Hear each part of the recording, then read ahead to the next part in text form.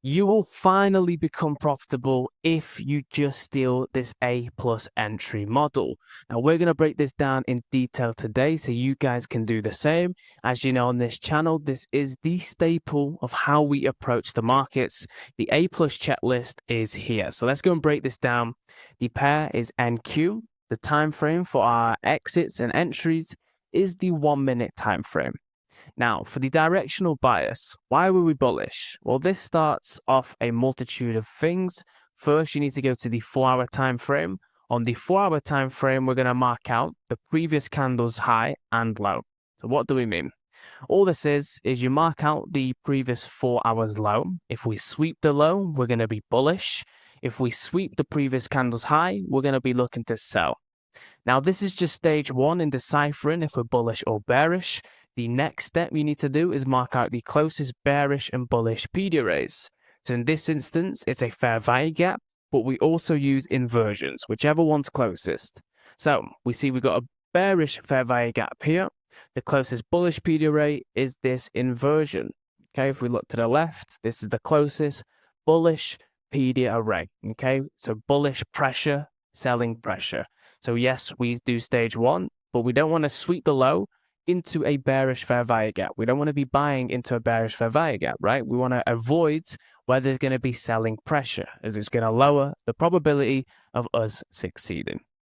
So that's stage one and stage two. We now understand we're looking for long positions.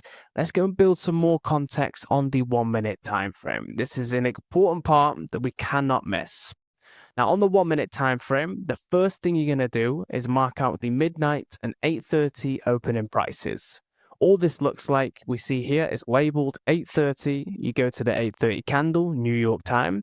You mark out the open. This will be used as support and resistance out throughout the day. You do the same with the midnight open. Where is it? Here. You mark out the open, so we can move this ever so slightly higher.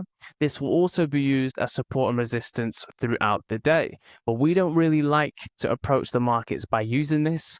The way we like to use midnight and 8:30 is to figure out if we're cheap or expensive on the day. So if we're above both of these, we're expensive and we want to look to sell, or at least it's adding to the confluence of looking to sell. And if we're beneath both of these, we're cheap on the day. So we're going to be looking to buy back up to rebalance price throughout the day. So that's why we're now even more bullish. Okay, so we understood at the time of me taking this position, we're cheap on the day.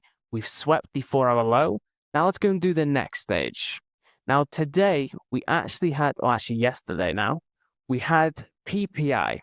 Now when we have red folder news events, you're going to come to the 8:30 candle that the candle was made, right? The news event came out at 8:30. You mark out the candle low and the candle high. If you sweep the high, you're going to look to sell. If you sweep the low, you're going to look to buy. But this is not going to be used on its own normally. Sometimes I will go against this rule, so discretion is important. But if we sweep the low, what are we going to look to do? We're going to look to buy all the way back up to data highs. Now, I don't do that every time. I'm pretty conservative with my targets, but it's just a line and we're building the story of why we should be looking to take long positions. Context matters. That's half of trading, right? We're either going up or down. So now we're even more bullish. We're beneath midnight 8:30. We swept the low. We've swept the data low. Data high is still intact. These have a 90% chance of hitting in the same day. We're extremely bullish. Now, the next step was accumulation, manipulation, and distribution theory. What does this mean?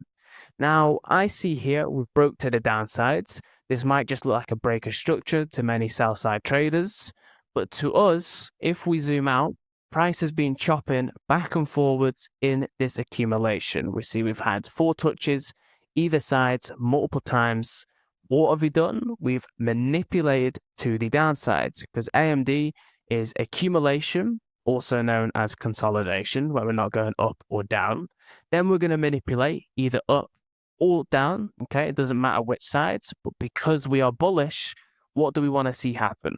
We want to see the market manipulate to the downsides Why? Because when we manipulate to the downsides, we're taking out previous buyers underneath these lows. At the same time, loads of new sellers are entering their positions, meaning on the distribution, right, AMD, we've manipulated, we can then go back and take out some sellers' stop losses, okay? That's the psychology behind it. We're liquidating both buyers and sellers. So we're even more bullish now. I promise you guys, if you just master this, you'll be extremely profitable. So now the final bonus here was SMT. So we need to open up ES. This is honestly, I couldn't get a better graded setup than this. This is the A++. Now on ES, what is SMT? Now SMT is a divergence between the correlation because NQ is correlated with ES. In my opinion, ES is slightly stronger. People can disagree. So if we see that ES is making a higher high and NQ has just made a lower low, well, what does this mean? We know ES is stronger. So if ES is making higher highs, that means it wants to be bullish. Vice versa, if you're going to look to sell. So now we're even more bullish, guys. I promise you, this setup doesn't happen too often. So when it does, you really need to capitalize. So now we've had SMT. Everything's aligned. We are bullish. We're going to go down and break down the entry criteria now. So we can't just enter randomly off all the confluences to be bullish. I mean, maybe you could, but we need to have a correct stop loss and take profit placement. So for the entries, we use breaker blocks, fair value gaps, volume imbalances, AMD, which we discussed, and a BPR. This will be all A+ setups if you find it after our directional confluence. So to actually find one of these entry systems, we're going to need a change in the state of delivery, CISD, or a market structure shift, change of character, whatever you want to call it, that's fine. All it needs to show us is that we're seeing bullish order flow. So we see that price has just displaced on this candle through a short-term low.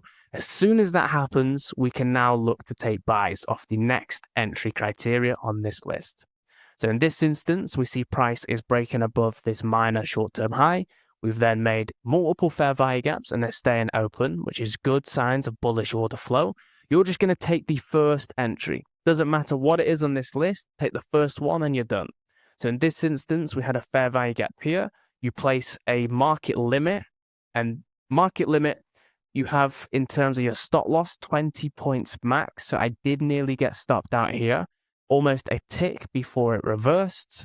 So stop loss placements, I will never go over 20 points. So make sure you write that down. To me, I've been trading for a very long time. I've found out that when order flow is bullish or in our favor, we shouldn't go 20 points the opposite direction. So 20 point stop loss, my take profit in this instance was a 1 to 2, okay? You mark out 1 to 2, where does that align? Well, it doesn't align with anything here. So the next target was the start of the accumulation low, which we see if we zoom out, was around here for a 2.3R. Of course, I took partials, so we made around a 1.6, around a 1.65, a little bit less with commissions in terms of my net R result, but still fantastic trades. It was done in over 2 minutes. If you guys want more videos like this, breaking it down, I will do it. So just let me know any questions or suggestions. Put it in the comments below. We're going to be building this channel this whole year, guys. So thank you for watching. I'll be back again with another breakdown.